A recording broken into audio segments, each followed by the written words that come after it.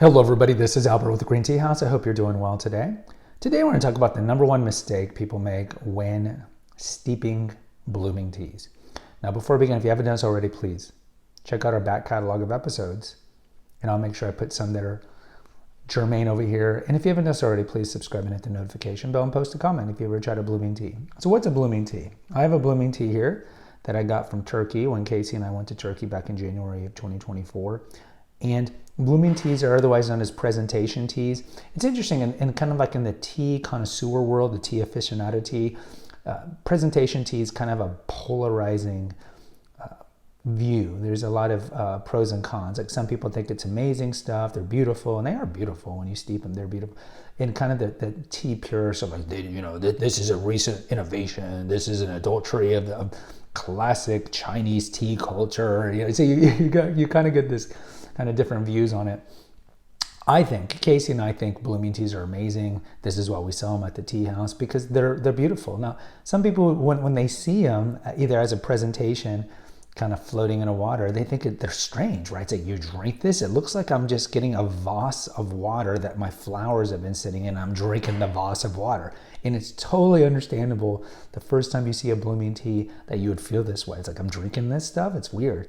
But blooming teas do have a history. They've been around hundreds of years, and they require a lot of craftsmanship to get them the way they are. And if you're not familiar with them, let's drink my morning pour. So a blooming tea is typically going to be a bunch of loose leaf tea that's sewn together on the base, and then on the top is going to be the blooming part. It depends. Many times it's a jasmine flower. It can be an amaranth. It can be a lotus. It's just something that's got some color.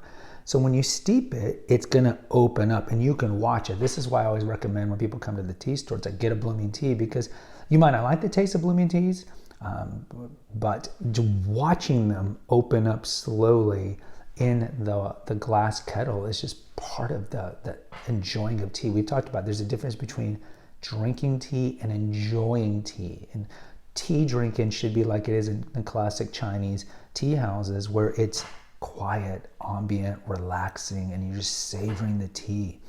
Like in a Chinese tea ceremony or Korean tea ceremony or Japanese tea ceremony, just relaxing. And presentation teas, blooming teas are like this, because you just see this open up in just a minute or two. Now, the number one mistake that people make when they steep these at home, because we do offer them at the tea house, or you can take them home, is the steeping temperature. So we have two, as of recording this. We have the jasmine green, and then we have the peach black. Now, when you hear jasmine green, you think, oh, green tea, we need to steep this at a green tea temperature. That would make sense. We sell jasmine pearls, we sell regular jasmine. Yes, green teas you should do lower, 170, 175, even lower for the Japanese greens. But you got to remember about blooming teas are hand stitched. They're hand stitched with cloth to keep the loose leaf teas together as the base of your tea drink, and they also stitch in the blooming tea on the top.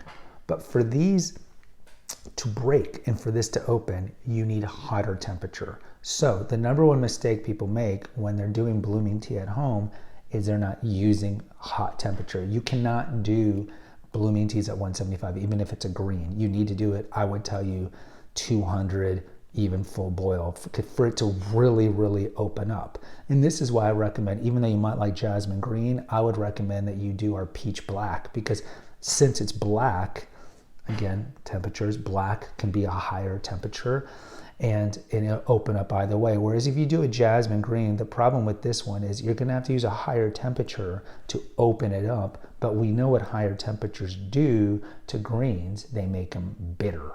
And so you're gonna make your jasmine green not taste as optimal if you're not using a higher temperature. So it's kind of like a double-edged sword. What you could do, that's why the peach black is easy. Just do the peach black at 200 or full boil at home.